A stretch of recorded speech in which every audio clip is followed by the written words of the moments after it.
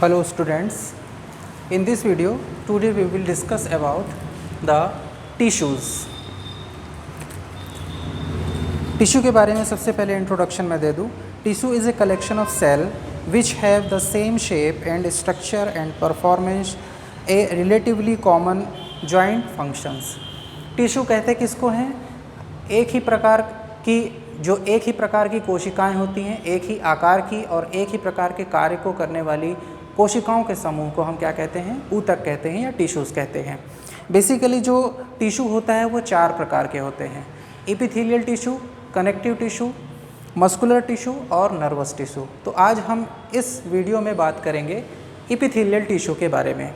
ये हमारा पार्ट 1 का वीडियो है. एपिथेलियम में पार्ट 1 का वीडियो है. इसके बाद दूसरी वीडियो में हम देखेंगे टिश्यू के एपिथेलियल टिश्यू के दूसरे प्रकार के बारे में. तो आज हम लोग एपिथेलियल टिश्यू के पहले प्रकार के बारे में पढ़ेंगे जिसको बोलते हैं सिंपल एपिथेलियल टिश्यू. तो सबसे पहले बात कर लेते हैं एपिथेलियल टिश्यू के जनरल फीचर के बारे में. Here cells are closely packed without any intracellular space. Epithelial tissue की जो कोशिकाएं होती हैं वो बिना इंट्रासेलुलर स्पेस के आसपास सटी हुई पाई जाती हैं. इससे पहले मैं आपको एक जानकारी दे दूं कि आखिर ये एपिथेलियल टिश्यू होती क्या है. एपिथेलियल टिश्यू जो है ऐसी टिश्यू होती है जिसमें जो है ग्रुप ऑफ सेल्स जो हैं एक बेसमेंट मेम्ब्रेन के ऊपर पाए जाते हैं. बेसमेंट मेम्ब्रेन के ऊपर कलेक्शन ऑफ सेल को ही हम क्या कहते हैं? Epithelial tissue.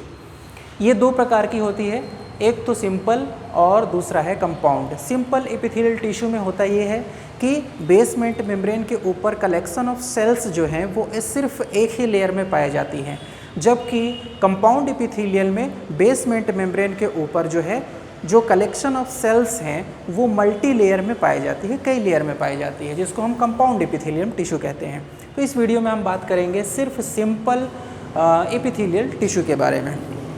तो सिंपल एपिथेलियल टिश्यू के सेल के बारे में मैंने बताया कि ये क्लोजली पैक्ड रहती है. इनके बीच जो है इंट्रासेलुलर स्पेस नहीं पाए जाते हैं और इनकी खुद की कोई ब्लड सप्लाई नहीं होती है. ये दूसरे बगल में पाए जाने वाले, अपने नेबर में पाए जाने वाले ऊतकों से सिंपल डिफ्यूज़न के थ्रू न्यूट्रिएंट प्राप्त करते हैं. ये मुख्यतः जो है होलो ऑर्गन में पाए जाते हैं, जीआईटी में, जैसे कि स्टमक है, यूरिनरी ट्रैक्ट है, यूट्रस है, ब्लड वेसल्स है, चेम्बर ऑफ हार्ट है, यहाँ पर पाए जाते हैं. इसका मुख्य फंक्शन होता है प्रोटेक्शन, एब्जॉर्प्शन और सिक्रीशन का, यानी कि ये जो है प्रोटेक्ट करते हैं उस ऑर्गन को इंटरनली और सिक्रीट करते हैं किसी खास तरह के हार्मोन या प्रोटीन को और एक्सक्रीट करते हैं कुछ वेस्ट प्रोडक्ट को, जैसे कि हमारे त्वचा में पाए जाने वाली जो एपिथेलियम होती है वो वेस्ट प्रोडक्ट को स्वेट के ज़रिए से बाहर निकालने का काम करती है. तो आइए बात करते हैं सबसे पहले सिंपल एपिथेलियल टिश्यू के बारे में. They consist of 1 layer of cells covering the basement membrane. Basement membrane के ऊपर सिर्फ एक ही लेयर में पाए जाने वाले ग्रुप ऑफ सेल को हम सिंपल एपिथेलियल टिश्यू कहते हैं. ये सिंपल एपिथेलियल टिश्यू जो है मेनली 3 प्रकार के होते हैं और तीसरे वाले प्रकार के और 3 प्रकार होते हैं, जैसे कि simple squamous epithelium tissue, simple cuboidal epithelium tissue, simple columnar epithelium tissue और सिंपल कॉलमनर के फिर 3 प्रकार होते हैं: ciliated columnar epithelial tissue, glandular epithelium tissue, pseudo stratified epithelium tissue. तो आइए बारी बारी से इन सभी टिश्यूज़ को देखते हैं कि आखिर इनके कौन कौन से कैरेक्टर होते हैं. सबसे पहले देखते हैं simple squamous epithelium. Cell of this tissue are extremely thin and flat. इस एपिथेलियल टिश्यू में जो सेल होते हैं बहुत ज़्यादा फ्लैट होते हैं या फ्लैट या चपटे पाए जाते हैं. They are found in the areas where absorption take place. ये ऐसे स्थान पर पाए जाते हैं हमारे शरीर में जहाँ पर एब्जॉर्प्शन की प्रक्रिया होती है, अवशोषण की प्रक्रिया होती है. ये मुख्यतः जो है alveoli, Bowman capsule of kidney, endothelium lining, heart chamber और ब्लड वेसल्स में पाए जाते हैं. दूसरा टिश्यू है हमारा सिंपल क्यूबॉइडल टिश्यू. जैसा कि नाम से ही समझ में आ रहा है, क्यूबॉइडल का मतलब होता है क्यूब लाइक स्ट्रक्चर और सिंपल के मतलब होते हैं कि single layer of cell in basement on basement membrane. तो यहाँ पर आप देख सकते हैं कि बेसमेंट मेम्ब्रेन है और उस पर जो है क्यूब के आकार की यानी कि घन के आकार की कोशिकाओं की सिर्फ एक ही परत पाई जाती है, जिसको हम क्या कहते हैं? Simple cuboidal cell. Cell are cube shaped and one surface view cell look either polygonal or hexagonal. They provide limited protection to the organ sites. ये इस तरह की कोशिकाएं जो रहती हैं मुख्यतः pancreas, salivary gland, kidney tubules, duct that transport exocrine secretion ऐसी जगहों पर पाए जाते हैं।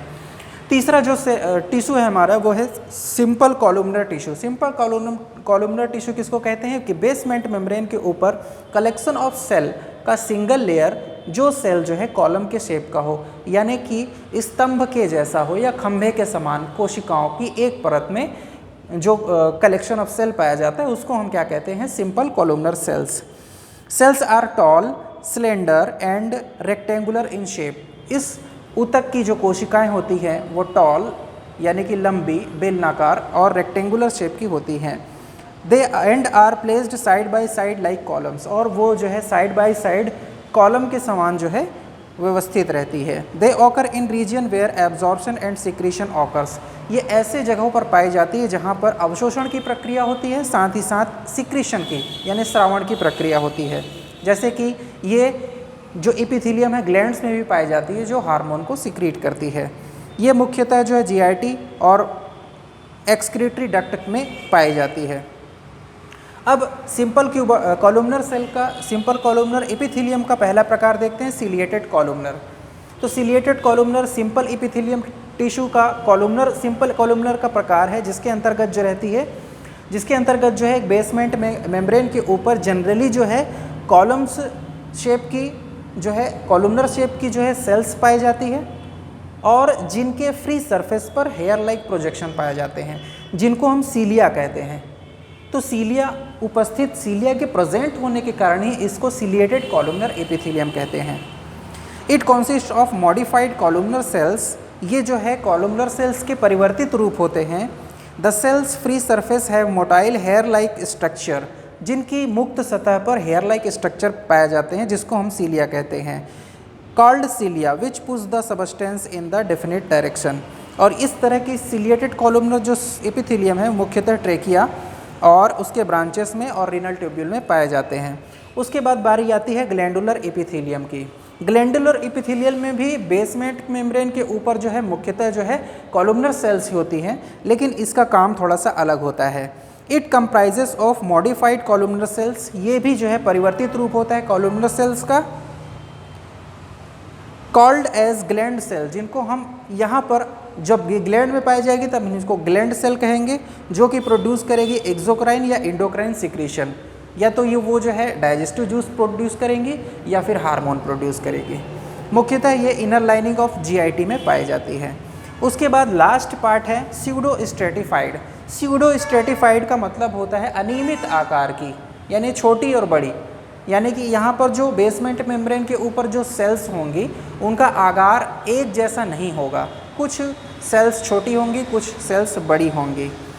It consist of columnar cells of unequal size. यहाँ पर आपको बेसमेंट मेम्ब्रेन के ऊपर कॉलुमनर सेल्स मिलेंगी जो कि अनइक्वल साइज़ की होंगी, यानी कि सभी समान आकार की नहीं होंगी, किसी की लंबाई थोड़ी कम, किसी की लंबाई थोड़ी ज़्यादा मिलेगी। इस प्रकार की जो टिश्यू है स्यूडो स्ट्रेटिफाइड टिश्यू जो है मुख्यतः जो है ट्रेकिया की लाइनिंग में parts of male reproductive organ में पाई जाती हैं। It is all about the simple epithelial tissue. इसके बाद दूसरी वीडियो में हम बात करेंगे कंपाउंड एपिथेलियल टिश्यू के बारे में। Thank you.